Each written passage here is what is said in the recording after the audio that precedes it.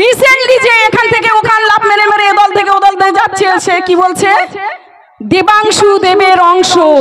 কি মনে হয় দেবাংশু দেবের অংশ? ভুল বলছেন, এটাকে আমরা মানি না। ওনাদের একাধিক নেতা নেতৃত্ব বারবার কিন্তু ধর্ম নিয়ে আঘাত করে। নুপুর শর্মা কিছু বললে তাকে নিয়ে প্রতিবাদ করা যায়, কিন্তু তৃণমূলের নেতা নেত্রীরা যখন ধর্ম নিয়ে ছেলে খেলা করে তখন সেখানে প্রতিবাদ হয় না কেন? সেই প্রতিবাদের কোথায়? মঞ্চে গিয়ে বলেন দে দে পাল তুলে দে, দে দে পাল তুলে দে। শুধু পাল তুলে হবে? মানুষের পাশে দাঁড়াতে হবে তো। কতক্ষণ পাল তুলে হাওয়া দেবেন? হাওয়ায় চলবে না। কাজ করুন মানুষের জন্য। অনেক অভিনেত্রীকে যাদবপুর, বসিরহাট এখানে সব অভিনেত্রী দিয়েছিল, কি করেছে? সেখানকার মানুষদের কাছে শুনে দেখুন, ওই রকম শুধু নেচে গেনে দিন কাটিয়ে দিয়েছে। তাদের পরিসংখ্যান জিরো, তাদের পরিসংখ্যান জিরো। কারণ দিল্লির এমপিতে তাদের খাতায় কিন্তু সবসময় অ্যাবসেন্ট আছে, প্রেজেন্ট কম, অ্যাবসেন্ট বেশি। তো গান বাজনা দিয়ে ভোলানো যাবে না। আপনারা ভোটটাকে নষ্ট করবেন না। আপনাদের মূল্যবান ভোট 5 বছর পর পর এই এমপি ইলেকশন হয়। আমার মা বোনদের, আমার ভাইদের বুঝতে হবে, এই ইলেকশন জেতাতে গেলে আরো বহুত ক্যান্ডিডেট আছে, আরো অন্যান্য দলের ক্যান্ডিডেট দাঁড়িয়েছে। তাদেরকে আপনারা ভোটটা না দিয়ে, ভোটটা নিজের মূল্যবান ভোট নষ্ট না করে আপনারা খাম চিহ্ন যেখানে দেখবেন সেখানেই ভোটটা দেবেন। তাহলে কিন্তু এই ক্যান্ডিডেট কিন্তু দিল্লিতে পৌঁছাতে পারবে। মনে থাকবে আপনাদের, আপনারা খেয়াল রাখবেন। আমি এই এই সোশ্যাল মিডিয়ার মাধ্যমে প্রত্যেক কর্মীদের, আমার মা বোনেদের, ভাইদের কাছে এইটুকুই আহ্বান করব, আপনারা আপনাদের মূল্যবান ভোট এখানে ওখানে গিয়ে নষ্ট করবেন না। আপনাদের মূল্যবান ভোটটা আপনারা খামচিহ্নে দেবেন, দিয়ে দেখুন আমাদের ক্যান্ডিডেটকে একবার অন্তত ভরসা করে দিল্লিতে পাঠিয়ে দেখুন। গত 19 সালে অনেক এমপি গিয়েছে দিল্লিতে, তার আগেও কিন্তু অনেক গিয়েছে। এই 75 বছর ভারত স্বাধীন হলো, তারপর থেকে ভোটাধিকার শুরু হলো, অনেকেই গিয়েছে। আইএসএফ কখনো পাঠায়নি, আইএসএফ এই প্রথমবার কিন্তু এমপি পাঠাচ্ছে দিল্লিতে। আপনারা সকলেই সঙ্গে থাকবেন, ভালো থাকবেন, সুস্থ থাকবেন। যাদেরকে এখন রাস্তায় দেখা যায় না, কেন মানুষের ধর্মাবেগে আঘাত দেয়? যাই হোক, ওনারা যেটা করছেন সেটা ভুল করছেন। আমরা এটা বলবো যে আপনারা ওটা দেখবেন না, আপনারা শুধু দেখুন আপনাদের পাশে কে থাকছে, আপনাদের উন্নয়নের সাথী কে আছে, আপনাদের অধিকারের জন্য কারা লড়াই করছে, আপনারা তাদের সঙ্গে থাকবেন। অনেক এনআরসি করে 21 সালের ভোটটা লুট করেছে, কিন্তু এবার আর সেটা হতে দেবেন না। এখন অনেকেই বলছে যে আইএসএফ এসেছে ভোট কাটতে, টিএমসি বিজেপিকে সুবিধা করে দিতে। আমরা আপনাদের কাছে একটা কথা বলতে চাই, 2019 সালে যখন এমপি ভোট হয়েছিল তখন কি আইএসএফ এর জন্ম হয়েছিল? তাহলে কোথা থেকে সেই 18টা সিট পেয়েছিল? কেন পেলে? জবাবটা কে দেবে? ওই মুখ্যমন্ত্রীকে দিতে হবে, অপদার্থ মুখ্যমন্ত্রীকে দিতে হবে। কারণ সেই 2028 সালে বিজেপিকে উনি ডেকে এনেছিলেন, এই পশ্চিমবঙ্গে 18টা সিট দিয়ে দিলেন। দুই ভাই বোনে মিলে পুরো পশ্চিমবঙ্গটাকে ভাগ করে নিলেন। दीदी है तो मुमकिन है, मोदी है तो मुमकिन है, ये बीजेपी रहेगा। ये दीदी जब तक रहेगा तब तक बीजेपी यहाँ राज करेगा। बीजेपी हटाते গেলে তৃণমূলকে হটিয়ে দেন, দেখবেন বিজেপি শেষ হয়ে যাবে। যতদিন তৃণমূল থাকবে ততদিন বিজেপি থাকবে। আমরা একটা কথা বলি, আমরা পরিসংখ্যান নিয়ে কথা বলি, আমরা দিদির মতো ভুল বলবো কিনা।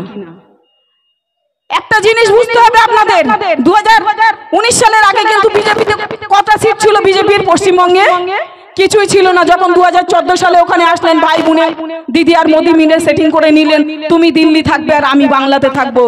আমাকে বাংলাতে থাকতে গেলে তোমাকে আসতে হবে, তুমি তোমার ভাই বোনকে পাঠিয়ে দাও এই বাংলায় শুধু যাতায়াত করুক আর মুসলমানদেরকে ভয় দেখা। মুসলমানদেরকে ভয় দেখা এনআরসি এনপিআরসি এর নামে। যখন এনআরসি এনপিআরসি হচ্ছিল তখন এই যাদবপুরের লোকসভা সাংসদ কি করছিলেন? মিমি চক্রবর্তী তখন তিনি শুটিং এ ব্যস্ত ছিলেন। এই টিকটক ভিডিও আমরা এমপি চাই না, আমরা চাই একজন প্রতিনিধি, এমন একজন প্রতিনিধি যে মানুষের পাশে থাকে। যখন আমাদের উপর 2021 সালে অত্যাচার হয়েছিল, 2023-এ পঞ্চায়েত ইলেকশনের পর অত্যাচার হয়েছিল, তখন কিন্তু আমাদের সঙ্গে ছিলেন এই আমাদের অ্যাডভোকেট নূর আলম খান মহাশয়। ইনি কিন্তু সারা দক্ষিণ 24 পরগনায় লড়াই করেছিলেন। আমরা যতদিন জেলে ছিলাম, আমাদের বিধায়ক 42 দিন জেলে ছিলেন, 42টা দিনই উনি কোর্টে গিয়েছেন আর এসেছেন। আমি 2 মাস জেলে ছিলাম, আমাদের জন্য লড়াই করেছিলেন। ইনি লড়াই করেছিলেন। ইনি শুধু আইএসএফ এর হয়ে লড়ছেন তাই তাই নয়, উনি সংবিধান জানেন। ওই অভিনেত্রী সংবিধান সম্পর্কে কিছুই জানেন না, শুধু মঞ্চে।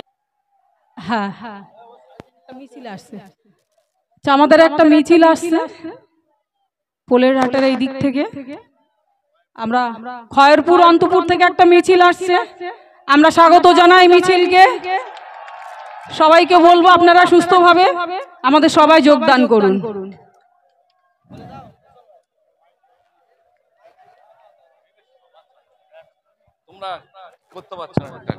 এখন আমাদের পঞ্চায়েত সমিতির জেতা প্রার্থী আসমা বিবিকে সম্মান জানাচ্ছেন, উত্তরীয় দিয়ে পড়িয়ে দাও।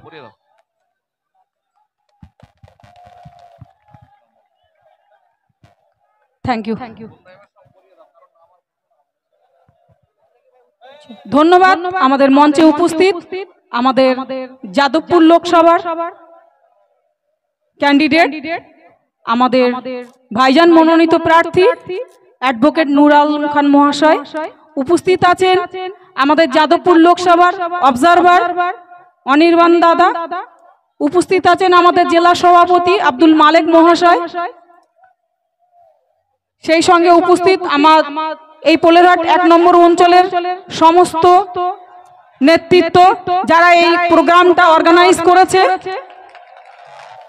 ধন্যবাদ।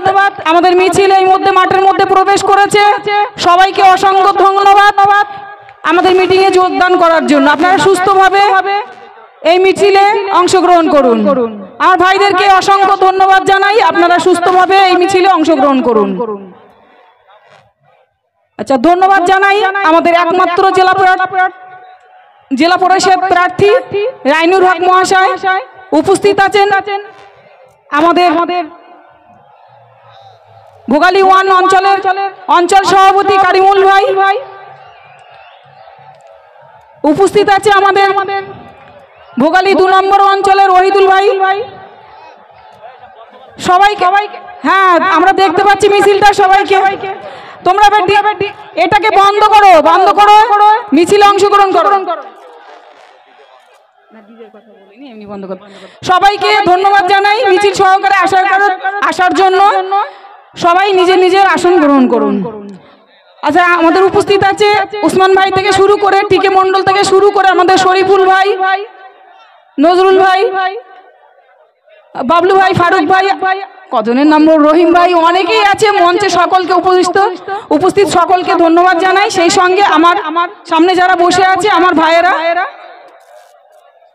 আমাদের কর্মী সমর্থক, তাদেরকে অন্তঃস্থল থেকে ধন্যবাদ জানাই।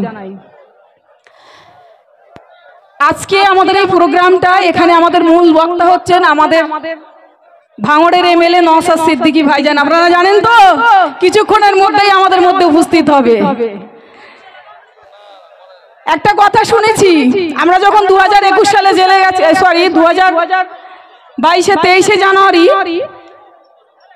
21 জানুয়ারি যখন জেলে গেছিলাম, তো জেলার থেকে শুরু করে পুলিশ প্রশাসন আরো অনেকেই বলছে যে আমরা ভাইজানকে সিনেমার ভাইজান বলে জানতাম, কিন্তু এখন রিয়েল ভাইজান দেখছি যে আমাদের সামনে আছে, আমাদের জন্য, মানুষের জন্য লড়াই করে আজকে জেলে আছে।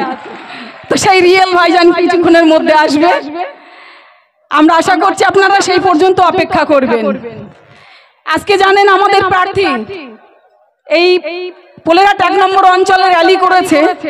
কালকে আমি ভগবানপুর অঞ্চলের র্যালিতে ছিলাম, প্রচুর মানুষের সাড়া পাচ্ছি, এত ভালো লাগছে। আমরা বুঝে গেছি যে যাদবপুর লোকসভায় কিন্তু আমাদের ক্যান্ডিডেট অ্যাডভোকেট নূর আলম খান কিন্তু জয়ী হবেন, উনি দিল্লি যাবেন, দিল্লির সংসদে পৌঁছাবেন। এটা ভাঙড়ের মানুষ সম্ভব করতে পারে। অনেকেই অনেক কথা বলছে যে ভাঙড় কি শুধু একা ভোট দিলে জিতে যাবে, তাদেরকে একটু হিসাবটা বলে দেই। বারুইপুর পূর্ব পশ্চিম থেকে এত পরিমাণে সংগঠন বেড়েছে, তারা কিন্তু প্রতিনিয়ত আমাদের সঙ্গে যোগাযোগ করছে। টিএমসি ছেলেরা বলছে দিদি আমরা ঝান্ডা ধরবো। সংগঠন কিন্তু প্রচুর বেড়েছে, অতটা সহজ নয়। বারুইপুর পূর্ব পশ্চিম এবং ভাঙড় মিলিয়ে যে ভোট দেবে না, এক ধাক্কায় পুরো আমাদের তরি পার হয়ে যাবে, দিল্লি চলে যাবে। ওরা যতই হেলিপ্যাডে করে আসুক, বড় বড় মঞ্চ খাটাক, আর এমপি থেকে শুরু করে এমএলএ, এমপি, মুখ্যমন্ত্রী যাকেই নিয়ে আসুক না কেন, ভাঙড় উদ্ধার করতে পারবেন, এটা বলে দিলাম। এখান থেকে চ্যালেঞ্জ করে বলে দিচ্ছি, যত পুলিশ প্রশাসন দেবে, যত গুন্ডাগিরি করবে, যতই বোম মারো, যত জেলে ভরো, ভাঙড়ের মানুষ কিন্তু আইএসএফ কে ছাড়বে না। ভাঙড়ের মানুষ সবসময় আইএসএফ এর পাশে থাকবে। মানুষ বুঝে গেছে। এই কয়লা চোরকে এনে কি শিক্ষা দিতে চাইছে, কি বলতে চাইছে যে তোমরা আমার মতো চুরি করো? কি গো, আজকে কয়লা চোর এসেছিল তো, চাকরি চোর, বালি চোর, পাথর চোর। ওই সোশ্যাল মিডিয়া একটা ছবি খুব ভাইরাল হয়, দেখি আর হাসি পায়। কিছুটা ওই ছবিতে দেখা যায় যে কয়লা, পাথর, বালি, ইট আর কি কি তোদের দিয়ে ওই কয়লা ভাইপোকে খেতে দেয়। বলে কয়লা ভাইপো কি খায়? বলে না শুধু কয়লা আর পাথর খায়। এই হচ্ছে কয়লা ভাইপো।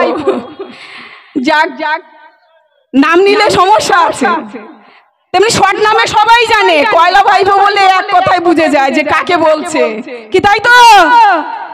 চোরের রাজা এক রানী আছে ওইদিকে, যে ধর্মটাকে নিয়ে ছেলে খেলা করছে। কি বলছে? যে কোরআন, বাইবেল, রামায়ণ, মহাভারত শেষ হয়ে যাবে কিন্তু দিদির উন্নয়ন শেষ হয়ে যাবে না। আমি বলি দিদি শুনে রাখুন, মানুষের মনে যে আঘাতটা আপনি দিচ্ছেন ধর্ম নিয়ে যে ছেলে খেলা করছেন, এটা কিন্তু আপনার চরম ভুল হচ্ছে। আমাদের মনে আছে যখন নূপুর শর্মা নবীজিকে নিয়ে অপমান করেছিল, তখন লক্ষ লক্ষ মানুষ কিন্তু বাংলায় জমায়েত করেছিল, তারা প্রতিবাদ করেছিল। আজ সেই মানুষগুলোকে দেখা যায় না কেন? কি বলছে? সত্যি কি কোরআন মিটিয়ে দিতে পারে, শেষ করে দিতে পারে? সত্যি কি দিদির উন্নয়ন বিশাল হয়ে গেছে? না, ভুল বলছেন, উনি ভুল বলছেন। ধর্মগ্রন্থ নিয়ে, ধর্ম নিয়ে মানুষের ভাবাবেগে আঘাত করছে, এটা কিন্তু মানবতার পরিচয় নয়। উনি উন্নয়ন করছেন, উনার মনে হতেই পারে, উনি গর্ব করতে পারেন, সেটা ওনার ব্যক্তিগত বিষয়, কিন্তু ধর্ম নিয়ে নয়। কি আপনাদের কি মনে হয় যে কোরআন সত্যি শেষ হয়ে যাবে ওনার উন্নয়নের কাছে? কখনোই নয়। কি সত্যি বাইবেল শেষ হয়ে যাবে ওনার উন্নয়নের কাছে? সত্যি কি রামায়ণ, মহাভারত শেষ হয়ে যাবে ওনার উন্নয়নের কাছে? উনি কি বুঝাতে চাইছেন মানুষকে? যে উনি আল্লাহ হয়ে গেছেন, ঈশ্বর হয়ে গেছেন, উনি ভগবান হয়ে গেছেন, প্রভু হয়ে গেছেন? নাউজুবিল্লাহ, এটা কিন্তু ঠিক নয়।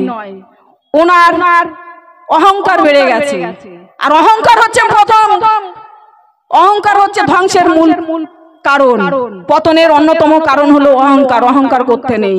উনি উন্নয়ন করছেন, ওনার গর্ব হতেই পারে, কিন্তু ওইভাবে নয় যে মানুষের ভাবাবেগে আঘাত দিয়ে উনি বারবার এই উন্নয়নের উপমা দেবেন।